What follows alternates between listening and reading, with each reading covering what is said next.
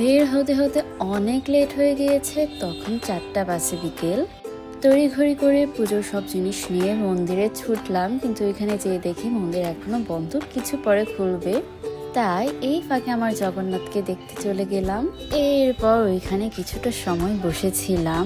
তারপর আবার ফাইনালি মন্দিরের দিকটায় গেলাম আর মনে মনে খুব করে প্রে করছিলাম এখন যেন যে খোলা পাই।